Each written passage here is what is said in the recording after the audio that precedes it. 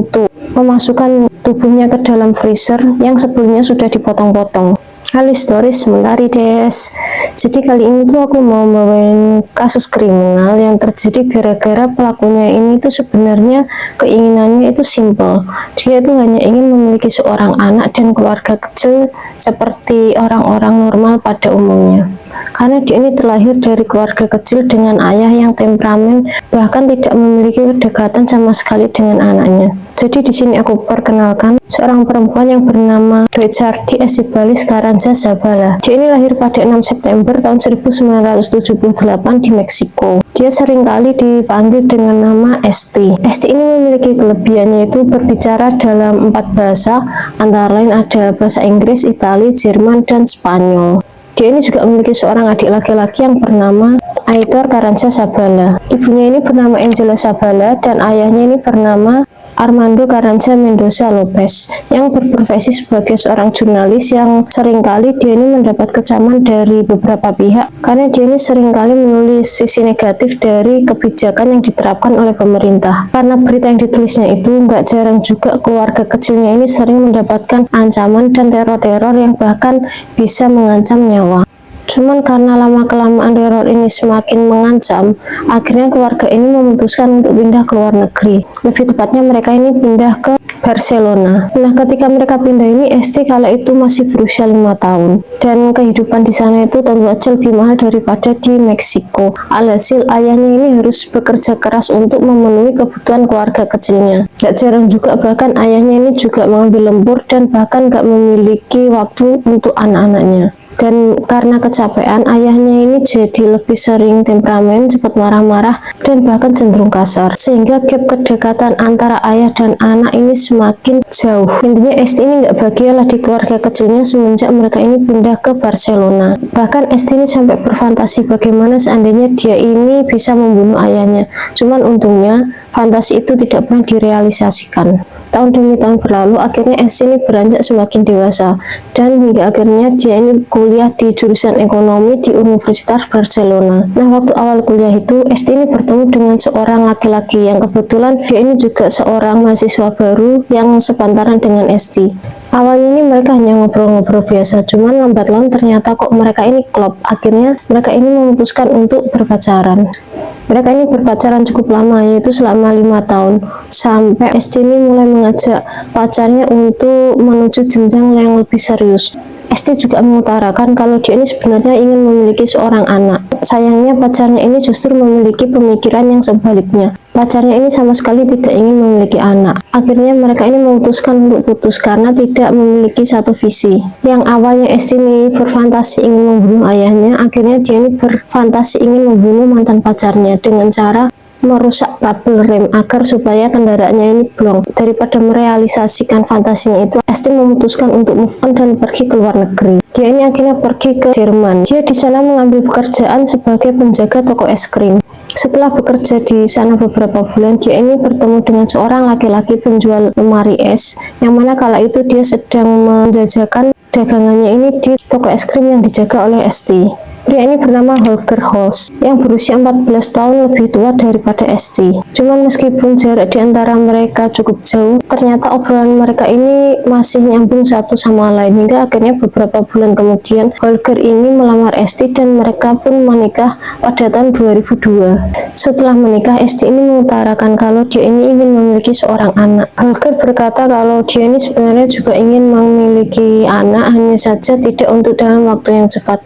Karena finansial mereka masih belum cukup jika memiliki anak dalam waktu dekat. Esti mau nggak mau pun akhirnya menurut, meskipun sebenarnya dia sendiri agak kecewa dengan Holger. Beberapa bulan kemudian Holger ini meminta Esti untuk keluar dari pekerjaannya dan mengajaknya pindah ke tempat kelahiran Holger, yaitu di Berlin. Dia juga meyakinkan Esti kalau Holger ini akan mendirikan toko es krim di sana untuk Esti.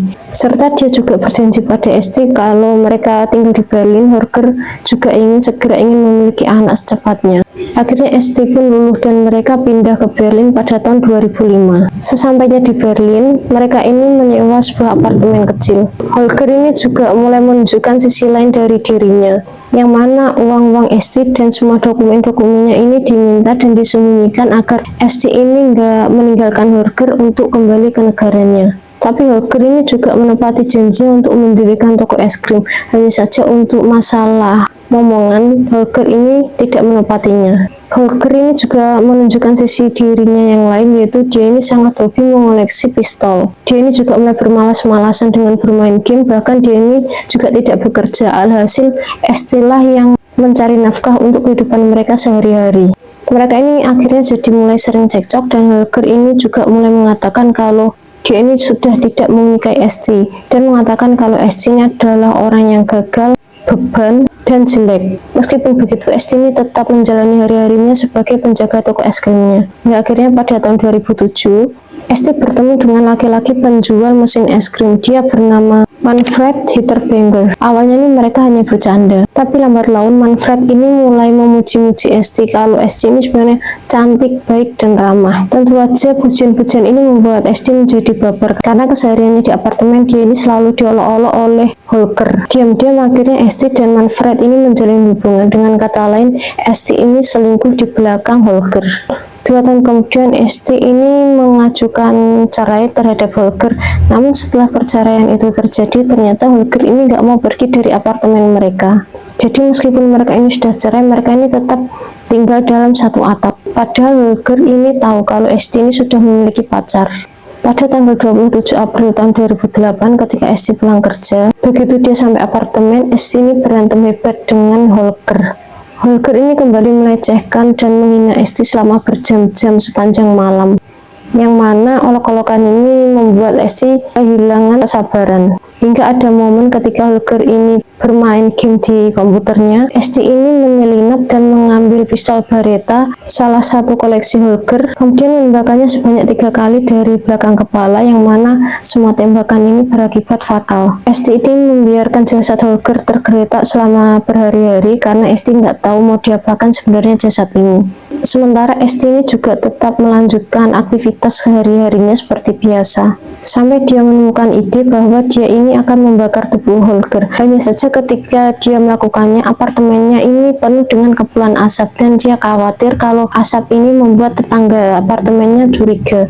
Padahal baru separuh tubuh Holger yang terbakar. Setelah dipikir-pikir lagi, akhirnya ST memutuskan untuk memasukkan tubuhnya ke dalam freezer yang sebelumnya sudah dipotong-potong. Dan ketika tetangga apartemennya di mana Holger, ST ini pasti akan menjawab kalau Holger ini sudah pergi ke luar negeri untuk memulai hidupnya yang baru karena mereka berdua ini sudah bercerai, sehingga tetangga pun nggak ada satupun yang curiga. Beberapa bulan kemudian ST ini diusir dari apartemennya karena masa sewanya ini sudah habis. Kemudian ST ini mengambil potongan-potongan tubuh Holger ini dan dimasukkan ke dalam box es krim, yang mana box es krim ini kemudian diberi beton dan dipindahkan ke ruang bawah tanah yang terletak di toko es krimnya. Sedangkan ST sendiri ini memutuskan untuk tinggal bersama dengan Manfred.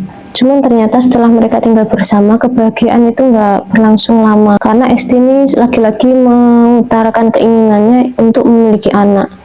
Sedangkan Manfred ini malah berkata kalau dia ini nggak tahan cuma memiliki satu pasangan, dan dia ini mengizinkan ST untuk memiliki laki-laki lain jika ST mau. Padahal ST ini sebelumnya sudah rela melakukan operasi hidung ataupun bibir hanya karena Manfred ini menganggap bibir ST ini terlalu tipis dan hidungnya ini kurang mancung. Karena sakit hati, pada tanggal 21 November menjelang tanggal 22 November tahun 2010, ST ini memutuskan untuk menghilangkan Manfred juga dengan cara menembak kepalanya sebanyak 4 kali, yang mana sebelum melakukan aksinya ini ST sudah lebih dulu melapisi lantai dan dinding dengan terpal plastik agar ST ini nggak perlu bersusah payah untuk membersihkan darah-darah yang berserakan. Karena aksinya yang sebelumnya dia ini memerlukan waktu seminggu untuk membersihkan semua area ruangan. Tapi sebelum ST melakukan aksinya ini, dia ini sempat menghabiskan waktu malam bersama Manfred. ST ini juga memperlakukan jasad Manfred seperti Holger sebelumnya, yang mana dia ini dipotong-potong, kemudian dimasukkan di box es krim, kemudian diberi beton dan ditaruh di ruang bawah tanah di toko es krimnya. Cuman kali ini Manfred kan punya banyak kenalannya yang menanyakan di mana Manfred sebenarnya. Karena sebenarnya Esti ini bingung mau menjawab apa, akhirnya pada 4 hari kemudian dia ini melaporkan ke polisi dan melaporkan bahwa Manfred hilang. Belum 1 bulan semenjak kepergian Manfred, yaitu pada Desember tahun 2010, Esti ini bertemu dengan seorang laki-laki yang bernama Roland R. Laki-laki karena Esti ini merasa satu frekuensi, yaitu sama-sama ingin memiliki anak, akhirnya mereka ini menjalin hubungan. Beberapa bulan kemudian, tepatnya pada tanggal 6 Juni tahun 2011, saat Esti libur, toko di sebelah toko es krimnya ini melakukan perbaikan pipa pecah.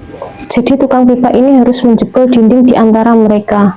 Saat mereka ini melihat ruang bawah tanah milik Esti, mereka ini dikagetkan dengan banyaknya box es krim yang dicor. Terlebih lagi mereka ini melihat ada potongan kaki manusia yang menyembul di atasnya. Kemudian dipanggillah polisi untuk melakukan penyelidikan. Esok harinya, yaitu pada tanggal 7 Juni tahun 2011, ketika Esti ini hendak membuka toko es krimnya, Esti ini didatangi oleh salah satu tetangganya, yang mana tetangganya ini menceritakan kalau kemarin itu ditemukan potongan mayat di ruang bawah tanah milik Esti. Mengetahui informasi tersebut, Esti pun akhirnya mengambil seluruh uangnya dan dia ini buru-buru pergi ke bandara untuk terbang ke Paris. Sayangnya di bandara ini sudah banyak polisi yang siap untuk menangkapnya. Akhirnya dia ini nggak jadi naik pesawat dan memutuskan untuk naik taksi untuk pergi ke Italia. Di Italia dia ini check-in di hotel dengan nama palsu, sehingga dia bisa lolos dari polisi Italia. Esokan harinya dia ini pergi ke sebuah tempat yang bernama Udine. Di sana dia ini ditampung oleh seorang musisi jalanan. Cuman karena berita tentang kasus penemuan mayat di toko Esti ini sudah viral, jadi kan orang-orang sudah mengenal wajah Esti. Dan musisi jalanan ini akhirnya melaporkan ke polisi dan polisi pun menangkap Esti pada tanggal 10 Juni tahun 2011. Setelah ditangkap dan dilakukan pemeriksaan, diketahui ternyata Esti ini sedang hamil 2 bulan hasil dari hubungannya dengan Roland. Anak yang diidam-idamkan Esti selama ini lahir pada 11 Januari tahun 2012. Meskipun Esti ini dipidana seumur hidup, Roland ini tetap memutuskan untuk menikahi Esti pada Maret tahun 2012 di ruang interogasi.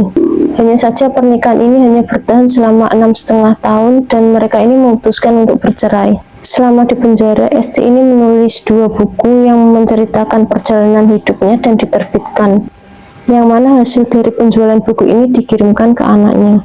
Ini aja sih cerita yang bisa aku sampaikan. Semoga kedepannya aku bisa ngasih cerita-cerita yang lebih panjang. Dan kalau misal kalian punya cerita horor, jangan lupa untuk kirim ke email aku ya. Sampai jumpa, terima kasih.